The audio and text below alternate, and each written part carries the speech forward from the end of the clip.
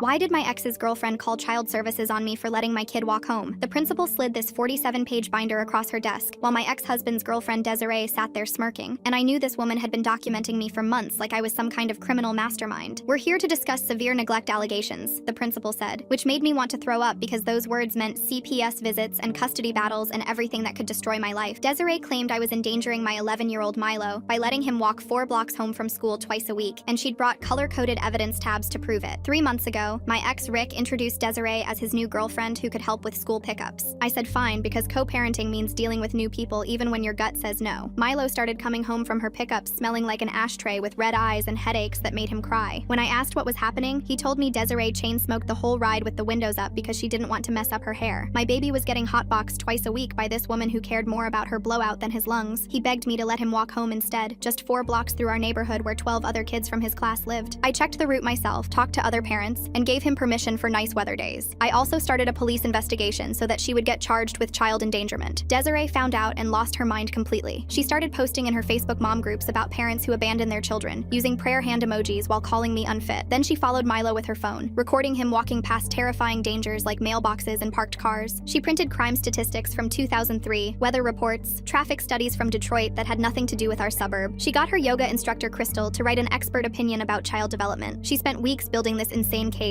recruiting other parents as witnesses, documenting every step my kid took. The principal was taking notes while she told all this, and kept flipping pages saying things like dangerous intersection, about a stop sign where kids played hopscotch. That's when I pulled out my phone and destroyed her entire fantasy in 10 minutes. First, Milo's smartwatch data showing 3 months of perfect walks, never stopping anywhere weird, just a kid going 4 blocks. Then I asked the principal to check the pickup authorization list, and Desiree's face went white when we discovered she was never approved to take my child. The principal asked how she'd been getting him, and that's when everything exploded because Rick had been paying $400 monthly for after-school care that Milo never attended. Desiree had been pocketing that money while using my kid as her excuse to drive by my house. The principal pulled up security footage from the pickup lane, and there was Desiree smoking with the windows up while 3 kids sat in her back seat, including my asthmatic son, covering his face with his shirt trying not to breathe. The principal gasped and said this was illegal on multiple levels while Desiree stammered about protecting Milo. My ex burst through the door after getting the principal's call, and his face went from confused to furious as he realized his girlfriend had been lying for months. She'd been using his kid to stalk me, stealing thousands of dollars, illegally picking up a child while basically poisoning him with smoke, all while building this case to destroy my custody. Rick screamed at her in the parking lot about the stolen money while she ugly cried about being a good stepmom. Milo walks home whenever he wants now without some chain-smoking stalker following him with a camera.